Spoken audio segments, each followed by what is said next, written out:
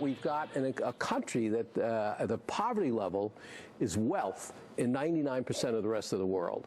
And so we're talking about how woe is me, woe is us, and woe is this, and but our 99% are the 1% in the rest of the world. Even the figure's even bigger than that. I agree. So here we are, incredibly wealthy. Nobody really has to start. Exactly. And here it is. Money is all over the place. And the guy that's making, oh my God, he's making $35,000 a year.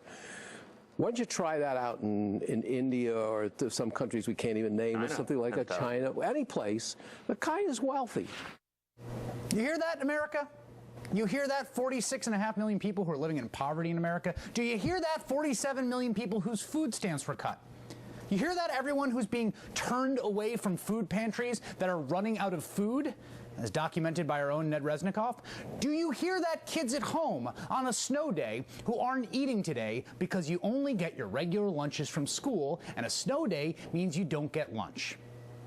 Here's what you need to do. Just go to India. Why all the whining? All the time. Whining, whining, whining.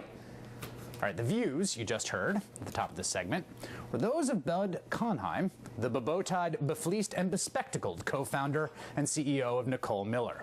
This is not about money. It's about status, privileges, and power.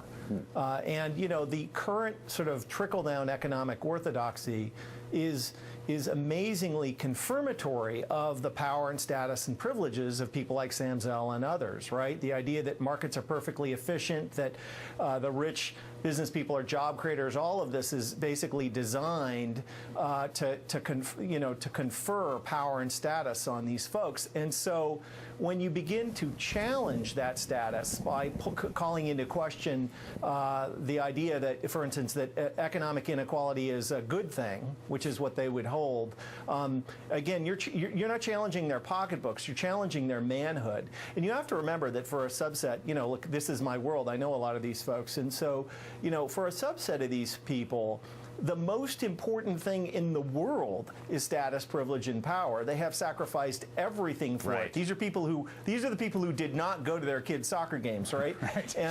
And so no, that's a very good point.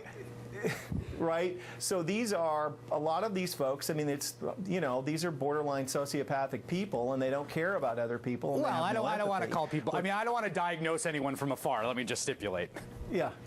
Okay. But good for you.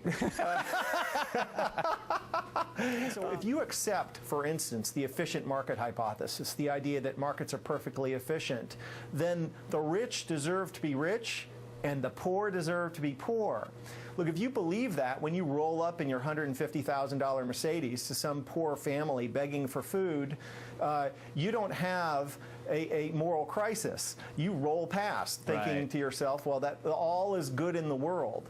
But that's because you're a job creator, right? You are, as Sam Zell said, as all these guys say, you are in the part of the you are part of the population that matters, and other people don't, and therefore, you know, everything is right with the world. But of course, for instance, if you're not a job creator, if it's the middle class that are the true job creators in a capitalist economy, then you know, you may not deserve all the status, power, and privileges that you have. That's right. It is this question of desert that once you start kind of getting at that, you get somewhere very deep very quickly. And Nick Hanauer, I got to say, you've been doing a great job speaking about this stuff. So thanks for coming on tonight.